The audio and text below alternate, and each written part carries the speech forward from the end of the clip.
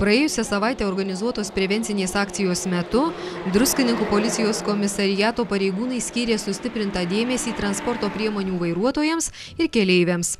Buvo stebima, ar šie sunkiasvorėse ir lengvosiuose mašinose segi saugos diržus. Per savaitę pareigūnams pavyko išaiškinti 14 pažeidėjų transporto priemonėse nesegėjusių saugos diržų. Visiems pažeidėjams buvo taikomos administracinio poveikio priemonės.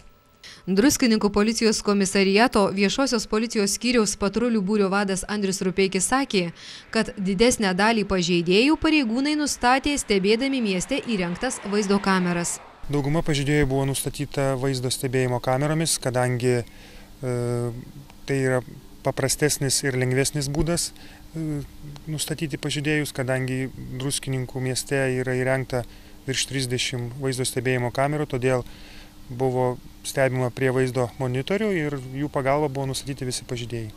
Turbūt lengviausia pažeidėjus nustatyti yra sankryžose, kadangi būtent juose vairuotojai sulėtina greitį, todėl yra lengva pastebėti, ar jisai segi saugos diržą ar ne.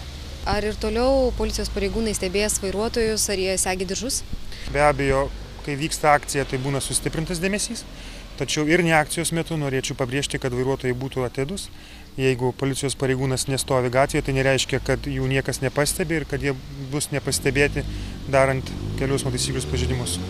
Policijos pareigūnai primena, kad naudojimosi saugos diržais tvarkos pažeidimas vairuotojams arba keleiviams gali kainuoti nuo 100 iki 200 litų.